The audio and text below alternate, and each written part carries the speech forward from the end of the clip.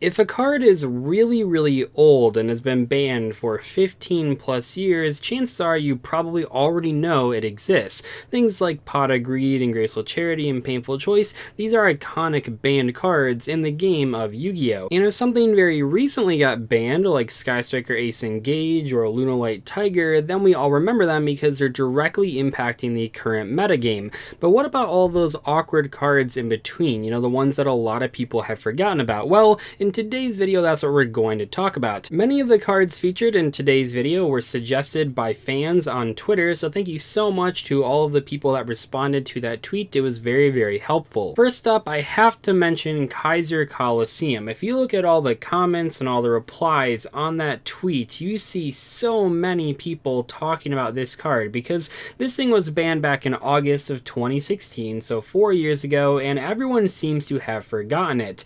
This is a continuous spell card that says if there is one or more monster or monsters on the field of the controller of this card, his/her opponent cannot place a monster on the field if his/her number of monsters would exceed the number of monsters that are on the field of this card's controller.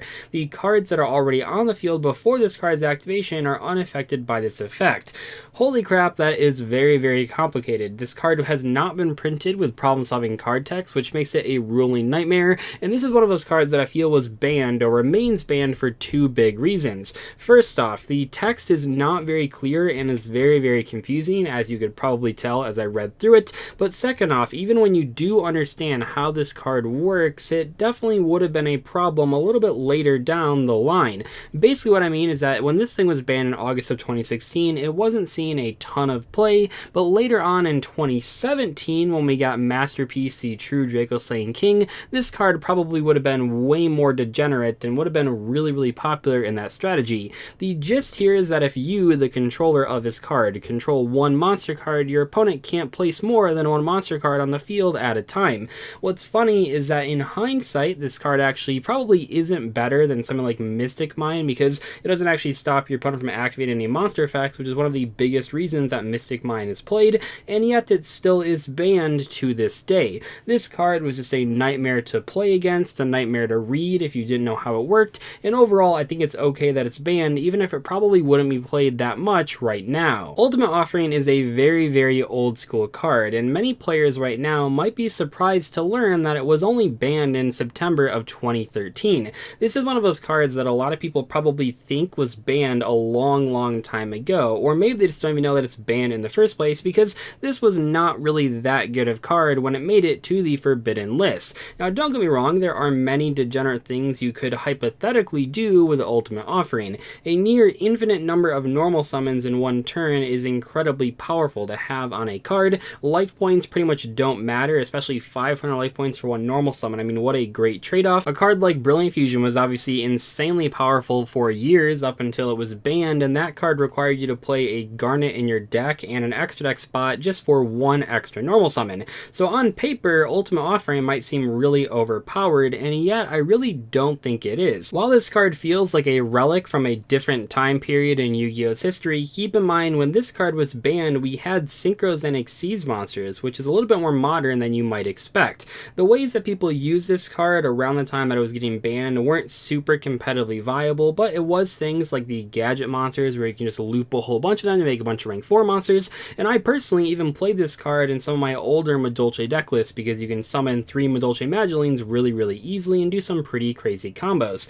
But nowadays, I mean, would you really play a trap card to try to combo off? I mean, the problem with a card like this in modern Yu-Gi-Oh, even for the last couple years, is that you would have to set it on the first turn, not combo off, and then wait until your next turn to actually start your plays. Ultimate Offering is in a weird spot because while it is an old school card, it hasn't been banned as long as cards like Pot of Greed and Graceful Charity and Painful Choice, so not everyone knows it as an iconic card that is currently banned. And yet it's a card that not a lot of people talk about because maybe they don't even realize it's banned because they probably wouldn't play it even if it was legal right now. Temple of the Kings would be one way to use this card on the first turn, but as we've seen in the past, even with several very powerful trap cards, it's just not worth it, even if you're already playing the trap cards that Temple would be good with, to actually play Temple of the Kings in a modern Yu-Gi-Oh strategy. It's just not consistent enough.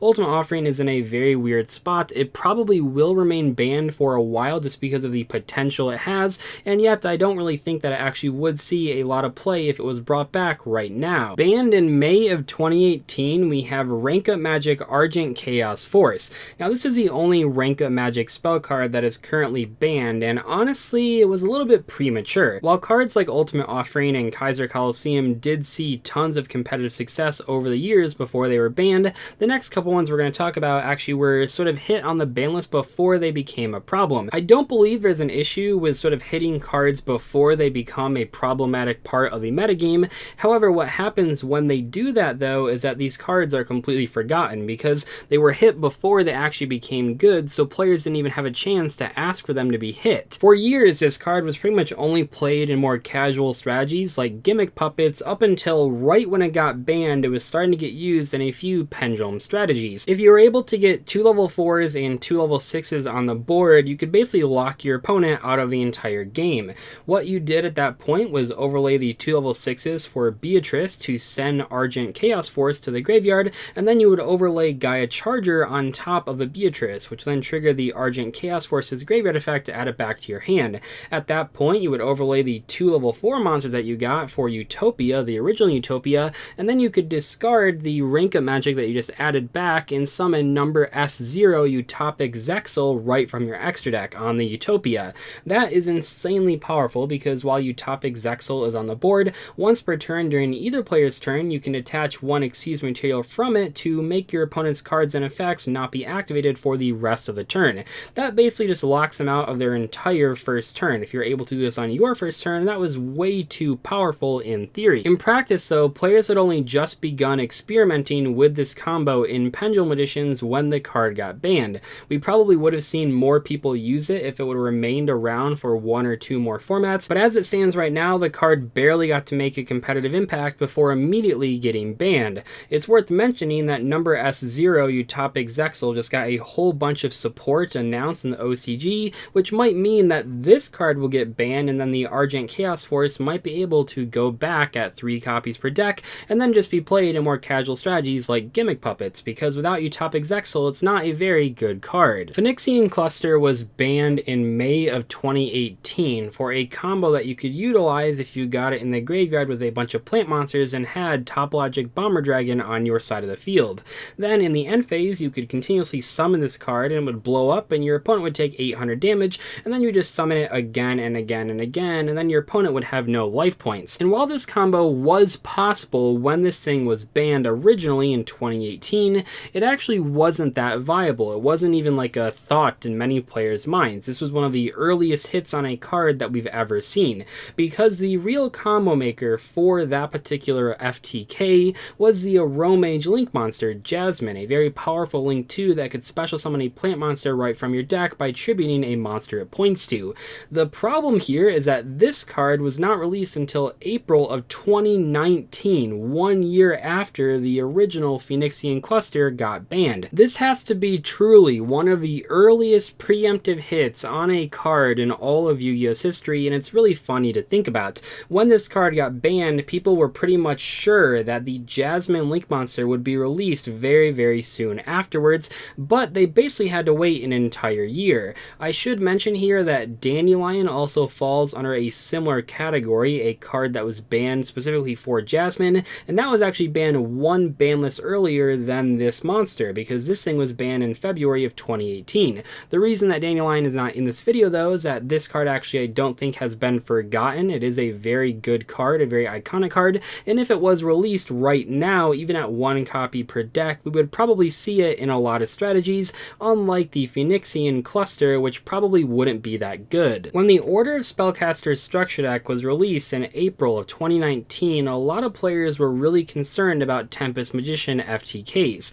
And then when the structure deck came out, I mean, it was absolutely a really good strategy, a really popular deck, but the Tempest Magician part, especially like a dedicated FTK strategy, just never was the most popular variant. Certainly people played Tempest Magician in this type of deck, and it was very good as a one-of in the extra deck, but in terms of building a dedicated FTK variant of Pendulum Magicians with all these new cards, we didn't really see that become the popular variant pretty much in the entirety of Tempest Magician existing.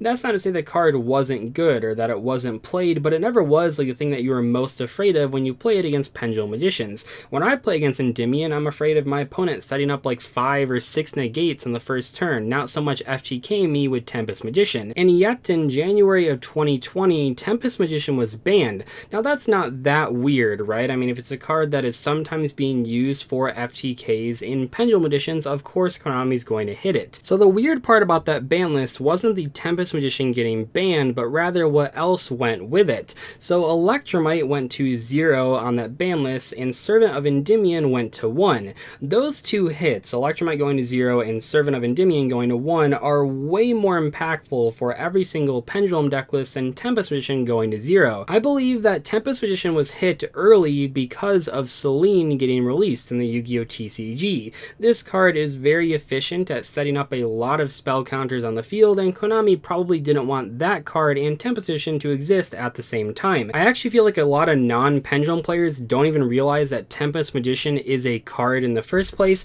but even if you are aware that it exists, you might not be aware that it was banned because it never was like a huge deal and it never made a huge impact on the modern Yu-Gi-Oh! Format. Let me know in the comment section below which cards on this list that you guys remembered were banned, and also talk about some cards maybe you forgot were banned but that I didn't include in today's video. I'll see you guys later though. Thank you so much for watching. Goodbye.